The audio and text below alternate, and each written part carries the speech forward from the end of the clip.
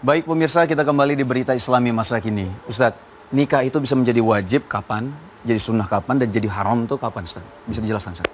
Ya, jadi para ulama menjelaskan tentang masalah tahapan hukum nikah ini. Dia akan menjadi wajib kalau seseorang sudah merasa mampu, maksudnya secara fisik, kondisi ya, situasi. Kemudian juga khawatir dirinya terjerumus dalam hal yang diharamkan. Seperti misalnya dia sudah tahu dia akan terjerumus pada zina misalnya, makanya sudah jadi wajib bagi dia. Dia akan menjadi sunnah kalau seseorang tidak merasa dirinya akan terjerumus pada yang haram, tapi dia merasa sudah mapan saja, dia ingin melangkah, maka sunnah. Dan dia bisa menjadi makruh kalau dia merasa menikahnya dia di saat ini, di waktu ini, atau di tempat atau situasi ini adalah mudaratnya lebih besar. Seperti misal pada saat dia di luar negeri, hanya karena dia takut tidak bisa mengontrol syahwat, kemudian dia melangkah menikah. Padahal sebenarnya status orang-orang yang akan dinikahi di negara itu mungkin lebih berefek buruk pada dia, bagi dia nanti ke depannya. Nampaknya lebih buruk, Ustaz ya? Seperti misal nanti susah adaptasi segala macam, ini jadi makruhnya. Kemudian dia bisa menjadi haram kalau dia menikah dengan, misal dia seseorang laki-laki menikah dengan istrinya orang. Belum status cerai. Kan ada gitu ya. Biasanya masa iddahnya atau belum ya? Di masa iddah misalnya. Dan si masa iddah nggak boleh, dia diprioritaskan untuk kembali kepada mantan suaminya. Nah, ini kalau ada yang menikah dianggap batal dan haram. Atau orang menikah dengan mahram, misal anaknya, ibunya, ya, tentunya mahramnya ini tidak boleh sama sekali gitu kan. Atau mungkin juga yang lain itu dia menikah seperti menikah dengan selain manusia ya, seperti nikah sama jin, menikah dengan hewan-hewan, kan gitu. Karena itu ada kasus dan terjadi. itu ada kasus terjadi. Nah itu semua adalah nikah-nikah yang haram. Baik, Ustadz, ini sekarang kita akan ada beberapa ini ya, Ustadz, foto. Nah ini, Ustadz, ini ada di Iran ini, Ustadz. Jadi ada nikah di usia yang sangat muda. Yang laki-lakinya kalau tidak salah umurnya berapa ya laki-lakinya? Pokoknya sangat muda sekali. Dan yang salah satunya itu di umur 10 tahun kalau tidak salah yang wanitanya, Ustadz. 14 sama 10 ya. Nah itu gimana, Ustadz? Ya 14 sama 10 tahun. Ya sebenarnya dalam Islam tidak ada batasan umur. Intinya dianggap masa balik adalah masa di mana dia sudah beranjak dewasa. Makanya ada perubahan-perubahan fisik dari laki-laki dan perempuan.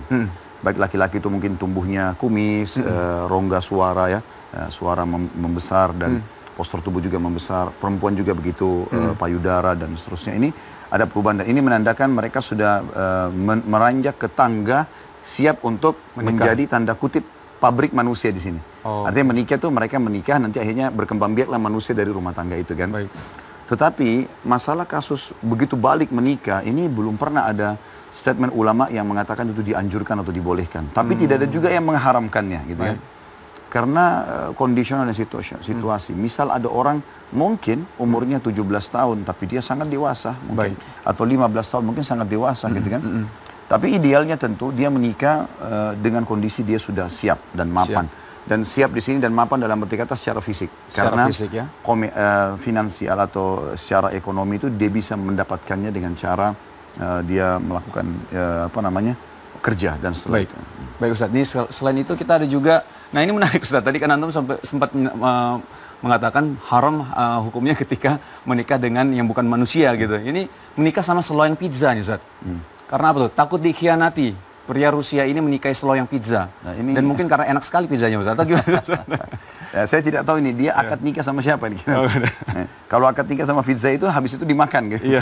Nah, seperti apa? Atau seloyangnya kemudian nanti bisa diganti mereknya dan seterusnya. Maka ini tentu hal yang jauh. Kalau dalam agama Islam tentu tidak ada sama sekali. Dan saya yakin juga secara rasional pasti di negara Rusia pun tidak akan mungkin orang menganggap itu hal yang normal.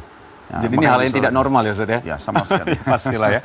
Baik, terus yang selanjutnya, ini Ustaz, gadis ini mendadak jadi gila karena cintanya tidak direstui orang tua. Jadi syarat salah satu itu menikah itu memang harus ada restu orang tua ya Ustaz ya? Iya. Sebenarnya begini, yang perlu kita titik beratkan dulu makna cinta. Apa itu cinta? Banyak orang salah paham. Di Indonesia pun banyak orang kita tidak paham. Karena dianggap cinta itu pada saat mereka marah-marahan, mereka jalan bersama. Itu substansial yang sangat kecil. Kalau saya mengatakan saya cinta pada Allah, saya cinta pada Rasulullah, saya cinta pada agama, saya cinta pada orang tua, saya cinta pada pasangan, cinta pada anak, apa maknanya? Makna dalam agama kita cinta itu adalah pengabdian dan pengorbanan. Jadi contoh orang mengatakan kepada istrinya saya cinta sama kamu, atau dia bilang sama suaminya saya cinta padamu, berarti dia siap mengabdi dan berkorban pada saat itu. Jangan pada saat pasangannya sakit lumpuh misalnya kemudian dia pergi, atau ada orang yang lebih mapan secara ekonomi kemudian dia meninggalkan. Nah ini kekeliru semuanya. Baik. Nah di sini perlu difahami. Nah cinta biasa yang sengaja dimunculkan sebelum pernikahan ini hal yang mengakibatkan seperti tadi. Baik. Berbahaya sekali nih. Cinta itu dalam Islam muncul setelah menikah.